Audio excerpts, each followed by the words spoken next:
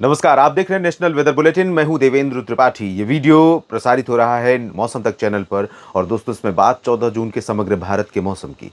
14 जून यानी लगभग एक पखवाड़ा बीतने को है मॉनसून सीजन 2024 का।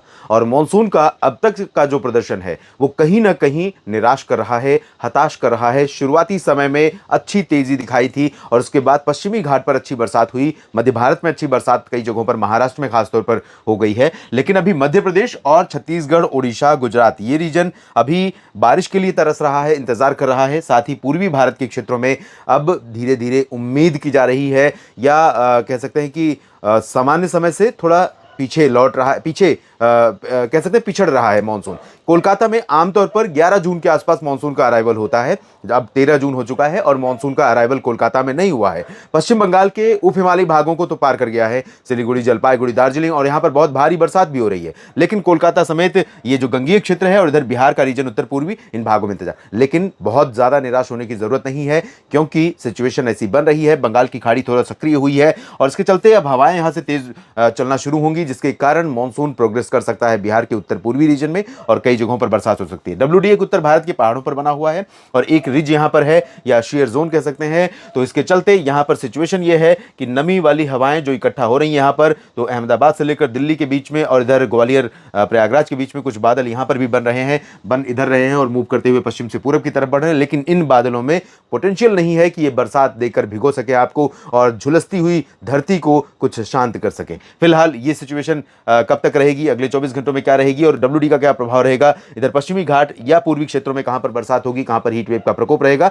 आइए जानते हैं नेशनल वेदर बुलेटिन में। तो दोस्तों, इस तस्वीर को देख करके, पूरे भारत की जो तस्वीर है मैप की, उसको देख करके आपको अंदाजा लग ही रहा होगा किस तरह से मौसम रहने वाला है। लेकिन इसको और डिटेल में मैं बताने का प्रयास आप सभी को करता हूं कि उत्तर भारत में जो डब्ल्यूडी का प्रभाव रहेगा उसके चलते गिलगित बाल्टिस्तान, मुजफ्फराबाद में और जम्मू कश्मीर में श्रीनगर, गुलमर्ग, काजीगुंड, पहलगाम समेत जो हायर रीचेज हैं, इन भागों में कुछ जगहों पर बादलों की गर्जना के साथ हल्की वर्षा हो सकती है। इंटेंसिटी बहुत ज्यादा नहीं रहेगी, लेकिन जिस तरह की परिस्थितियां यहां पर बनी हुई हैं, जिस तरह की गर्मी पहाड़ों पर जारी है, उससे थोड़ी सी राहत लोगों को मिलेगी।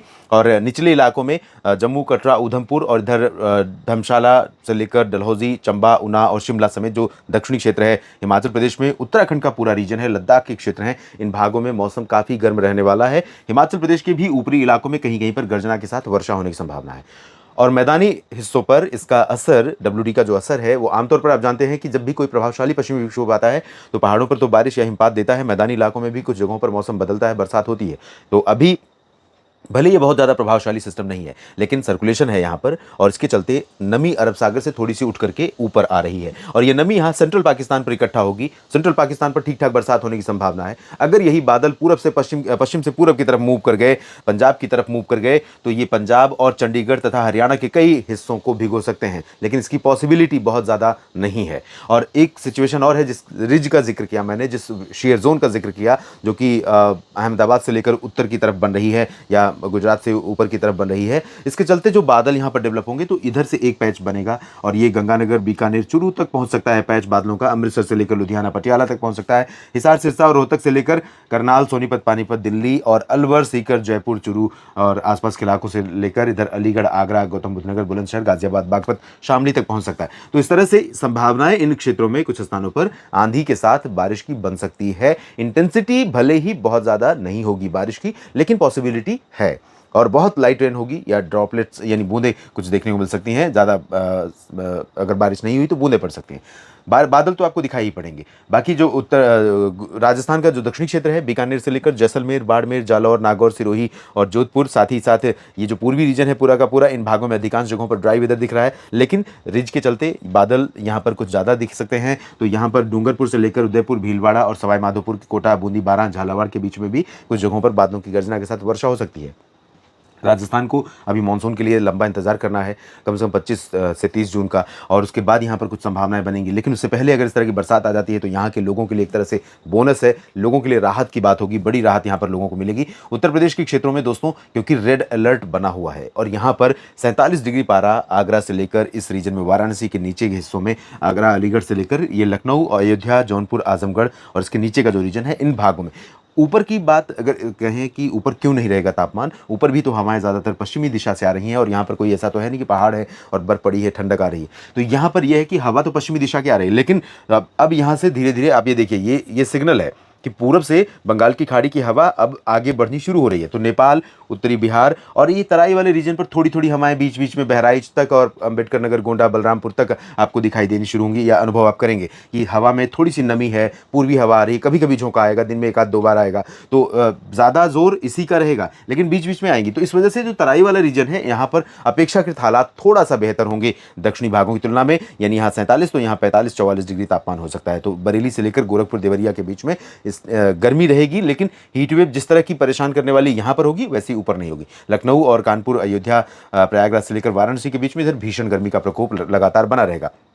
मध्य भारत के भागों की बात करते हैं। गुजरात में काफ़ी गर्मी पड़ रही है, लंबे समय से सूखा मौसम है और यहाँ पर मानसून नवसारी तक पहुँच गया है और अब बाकी जगहों पर मानसून के आगमन का इंतजार हो रहा है, साथ ही साथ बारिश का इंतजार हो रहा है, क्योंकि बारिश हो थोड़ी-सी राहत मिले। लेकिन सौराष्ट्र और कच्छ में फिलहाल अभी ज़्यादा चांसेस नहीं है। पूर्वी रीजन में अगर देखें तो अहमदाबाद से लेकर नीचे सूरत, वलसाड़, नवसारी के बीच में अहमदाबाद, डांग, तापी, भरूच और अरवली, महिसागर, मोडासा का जो रीजन है, यहाँ पर कुछ हिस्सों में गर्जना के साथ वर्षा ज़रूर हो सकती है और सिचुएशन पॉजिटिव बन रही है दक्षिणी मध्य प्रदेश के क्षेत्रों में। और ये स्थिति गुना से लेकर भोपाल, विदिशा और बैतूल तथा मांडा, जबलपुर तो नहीं, मांडला, बालाघाट तक बन सकती है। और इसके नीचे के जो हिस्से हैं उज्जैन, इंदौर, देवास, धार, खरगोन, बुरहानपुर, अलीराजपुर, खंडवा, इन सभी क्षेत्रों में कई जगहों पर बादलों की गर्जना के साथ वर्षा हो सकती है। और गुना से लेकर जो मुरैना और ग्वालियर का रीजन है, ये वाला वैसे गर्म तो रहेगा बहुत ज़्यादा, जबलपुर और गुना, ग्वालियर, रीवा, सागर, सीधी, सिंगरौली के बीच में। लेकिन जो बादल यहाँ पर बनने वाले हैं दोस्तों, ये बादल धीरे-धीरे मूव करते हुए इधर भी आ सकते हैं और ये बादल ऐसा होगा कि आपको लगेगा बरसात होने वाली है, लेकिन हो सकता है बरसात ना दे।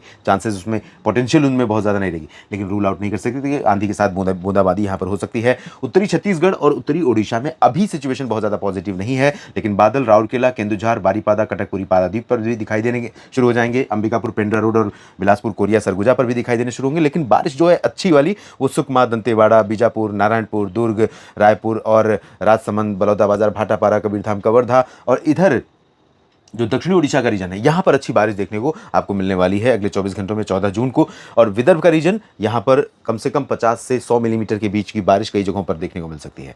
ये मानसून पहुंच गया है इन रीजन्स में, ये वाला रीजन कवर हो चुका है। बाकी नागपुर में अभी इंतजार है, तो यहाँ पर तमाम जगहों पर बरसात की संभावना है। अकोला, अमरावती, वर्धा, यवतमाल, नागपुर में भी होगी, लेकिन निचले इलाकों में ज़्यादा चांसेस हैं हैवी रेन के। और मराठवाड़ा में भी कई जगहों पर बीड़ तक अच्छी बारिश की संभावना है। संभाजीनगर और जलगांव से लेकर मध्य महाराष्ट्र का जो रीजन है, यहाँ पर इंटेंसिटी थोड़ा सा रिड्यूस हो रही है, बारिश की संभावना रहेगी, बारिश वाले बादल रहेंगे, लेकिन बहुत ज़्यादा बारिश नहीं होगी। मुंबई समेत कोंकण, गोवा में हल्की से मध्यम बौछारें गिर सकती हैं। तेलंगाना में कुछ स्थानों पर अच्छी वर्षा हो सकती है। हैदराबाद से लेकर ये जो ऊपर का रीजन है रामागुंडम का, इन भागों में कुछ स्थानों पर हो सकती है, लेकिन निचले इलाकों में और तटीय आंध्र प्रदेश तथा रायलसीमा, आंतरिक कर्नाटक, इन भागों में कहीं कहीं पर हल्की से मध्यम बौछारें गिर सकती हैं। तमिलनाडु और केरल में इंटेंसिटी थोड़ा कम हो रही है, बावजूद इसके पंबन और पुदुचेरी, चेन्नई, इन भागों में कुछ जगहों पर तटीय क्षेत्रों में अच्छी बारिश हो सकती है। इस बुलेटिन में अभी के लिए इतना ही। बने रहेगा लगातार मौसम तक चैनल और न्यूज़ मीडिया मंच पर मौसम की तमाम जानकारियों के लिए। आप सभी दोस्तों का, किसान भाइयों का बहुत बहुत धन्यवाद मेरे साथ बने रहने के लिए। जानकारियां अगर आपको काम की लगती हैं तो वीडियो को लाइक और शेयर कर सकते हैं। कमेंट बॉक्स में अपने क्षेत्र के मौसम के बारे में लिखिए। और साथ ही साथ एक बात और कहना चाहूँगा कि अगर आप मौसम तक पर मेरे इस प्रयास को सपोर्ट करना चाहते हैं तो जुड़ सकते हैं ज्वाइन बटन के माध्यम से, और कोई भी सब्सक्रिप्शन आप ले सकते हैं। आप सभी का दिल से धन्यवाद।